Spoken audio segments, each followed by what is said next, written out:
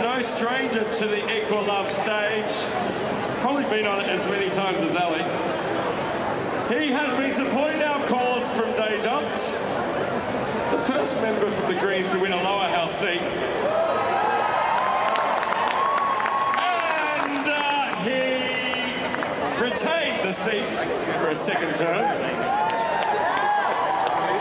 Please put your hands together for Greens member Bandt.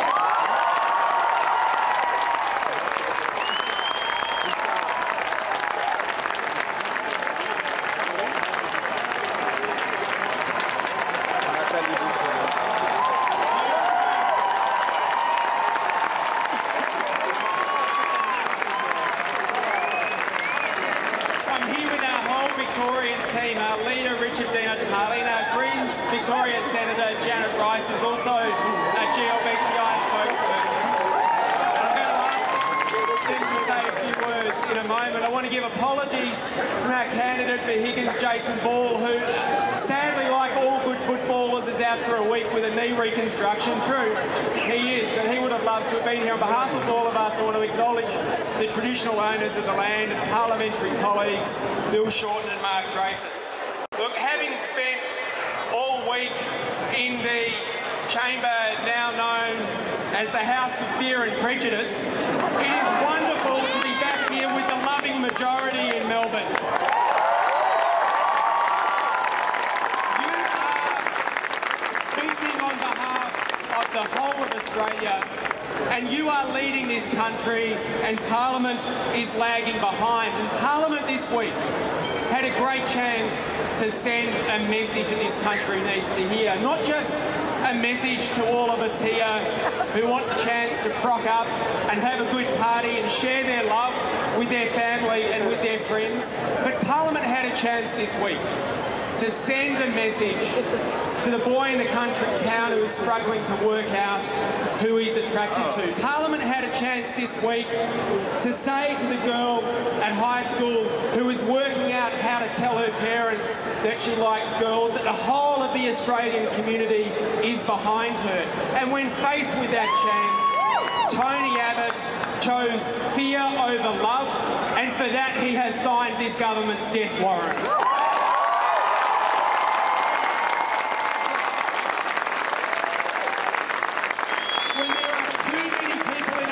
Living in fear, and too many even fearing to live, we need to send a message to the whole community that this Parliament and this country believes that all love is equal.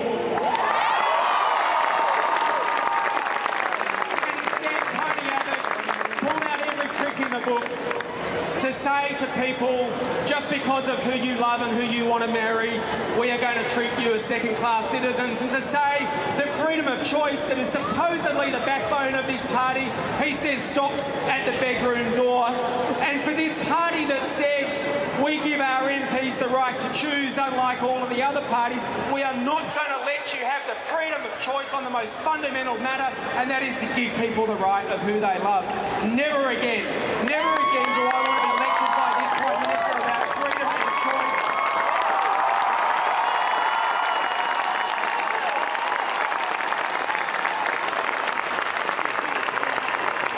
And never again do I want to hear this Prime Minister say he believes in equality and care when he has shown himself to be the Prime Minister for prejudice.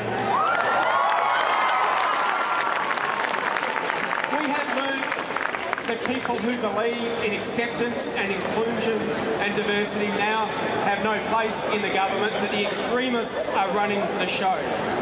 Well, we are going to have a chance over the coming weeks to prove them wrong, and to show that, in fact, and I believe this, if we had a free vote, most members in Parliament would stand up and support marriage equality, and we would have it done by the end of the year. People want a government that values freedom and equality. People want a government that chooses love and hope over fear and division. And we are going to work to get it and make it happen. So this is the week, I know where many people are feeling disappointed, but also many people are feeling angry, but it's also a week to feel proud. I feel incredibly proud to be part of a party that stood against it when the old parties got together to entrench discrimination in the Marriage Act way back when. I feel incredibly proud to be part of a party that has Sarah Hanson-Young, who moved the first bill to ensure marriage equality way back in 2009. I feel so proud to have had the first motion I got moved through Parliament to get MPs to go back and talk to their constituency about marriage equality. And I tell you what, I feel incredibly proud to be in a party that will vote for marriage equality every MP, every time, not because it's a matter of conscience, but because it's a matter of equality and it's the right thing to do.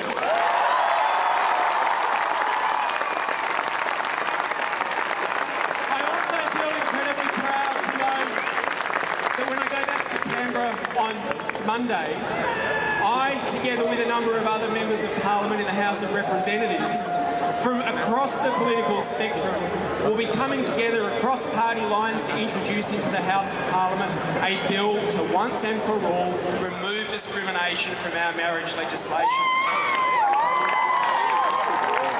I feel so incredibly proud that because of everything that you've done and because of everything that people of goodwill are doing in Parliament, some Liberal members of Parliament have come out already and said, sorry Tony, we don't believe you, we don't agree with you, we are going to cross the floor and vote for it.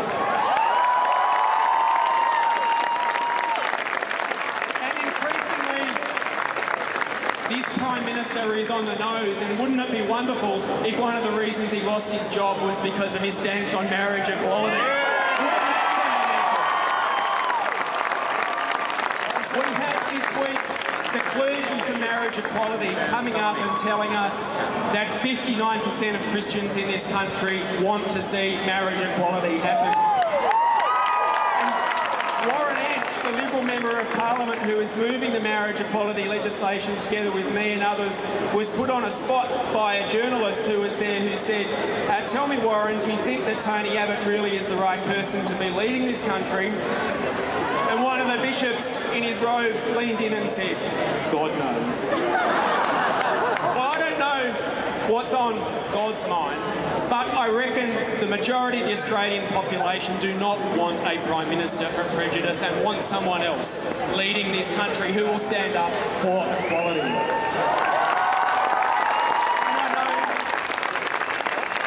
I know many of you will be feeling disappointed and many people will be feeling heartbroken after what the Liberal Party did, especially having worked for so long to see equality become a reality. And it's been my joy to have been with you and to continue to be with you on this journey over years and years and years. You know, during this time, I've got married, me and my wife have had a baby, I've grown a dad beard. And one of the things that has become increasingly clear, though, over the years is that now the majority of the population is understanding that exactly the same love and exactly the same care is being shown in same-sex and diverse households right across this country, and now the whole population is rising up and saying, let everyone celebrate their love.